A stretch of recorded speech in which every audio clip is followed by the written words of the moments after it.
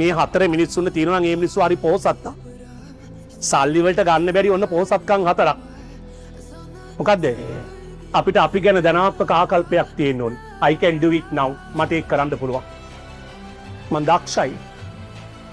ඔය කතාවක් තියෙනවද ගම්මලේ? අම්මල පොඩි කාලේ කියනවා ඇඟිල්ලේ හැටියට ඉදිමියන් කියලා. ඒ මොංගල් කතා. හරිද? නෑ අපි ඇඟිල්ලේ හැටියට ඉදිමුණා නම් එහෙම අද මම මේසම් බාසු නෑ කෙනෙක් නේ. ඒ මගේ ඇඟිල්ල කියන්නේ මොකද්ද මේ පරම්පරාවේ උරුමේ අපි අරගෙන යන්න ඕනේ. තාත්තා බෙරකාරය, පුතත් බෙරකාරය, සීයත් බෙරකාරය. ඒව දැන් නෑ. නේද? එවන ඕන්තරම් උදාහරණ තියෙනවා වර්තමානයේ අපේ රට පාලනය කරන ඇතැම් පාලක යන්ත්‍ර දිහා බැලුවම නේද? ඇඟිල්ලට වඩා ගොඩක් ඉදිබිච්ච මිනිස්සු තමයි අද ඉන්නේ. එහෙනම් පුතේ හොඳට හිතන්න අපිට අපි ගැන ධනාත්මක ආකල්පයක් තියෙන්න ඕනේ. මට මේක කරන්න පුළුවන්. මම මේක කරනවා. මම දක්ෂයි. අර මම උදේ කිව්ව කරන කාර්යක්ෂමතාවය හා සඵලදායීතාවයේ තියෙනම් Tamanට ඕනම ජයග්‍රහණයක් කරන්න පුළුවන්. ඔන්න ඔය පළවෙනි ආකල්පය හදාගන්න. හරි. ඔය පළවෙනි ආකල්පය හොඳට හදාගන්න. මට මේ ජීවිතේ ඕනම ජයග්‍රහණයක් වලින් ෆයිට් කරන්න පුළුවන්. මම දක්ෂයි. මට ඊට අවශ්‍ය කරන ආත්ම ශක්තිය තියෙනවා, අවබෝධය තියෙනවා, නායකත්වයේ තියෙනවා, පන්නරේ තියෙනවා. ඊට ඕන කරන ලේ ධාතුව සහ තමන්ගේ ඇතුලේ ඉන්න නිදාගෙන ඉන්න මිනිස්සයව අවදි කරගනින් පුතේ.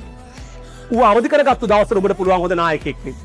ඌ නිදි අර මං කලින් කිව්වේ වීරයා මැරිලා.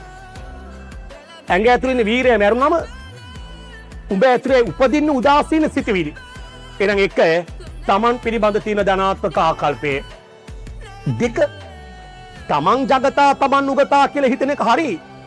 හැබැයි අනිත්‍යය නිග්‍රහ කරන්න එපා. අන්නේ පිළිබඳ ධනාත්මක ආකල්පය. මම හැමතිස්සෙම හිතුවා තමයි මම දක්ෂ ගුරුවරයෙක්.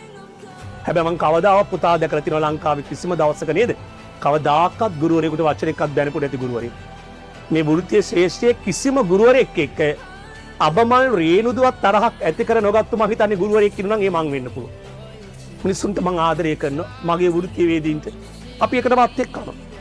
එකට ට්‍රිප් යනවා. තව ගොඩක් දේවල් එකට කරනවා. හරිද? ඇයි? අපි අනිත්‍යය කෙලසන්න ඕනේ නේ. අපි අනිත්‍යයට වටිනාකමක් දීම තමයි හොඳ ධනාත්මක ආකල්පයක්. මම ඔබට ගරු කරනවානේ පුතේ. අද විනාඩි 5ක් විතර පරක් වුණා නේද? මම ඔබට කිව්වා. නේද පුතේ මට සමා වෙන්න ඕන. හරි. මට සමා වෙන්න. අපි ඒක තියෙන්න ඕනේ. මිනිස්සු තුල ඒක නැත්තම් අපිට වැරදි වෙනවා නේද? අපි ඒකට සමාජ රෙස්පෙක්ට් කරන්න ඕනේ. අන්න හොඳ ධනාත්මක ආකල්පයක්.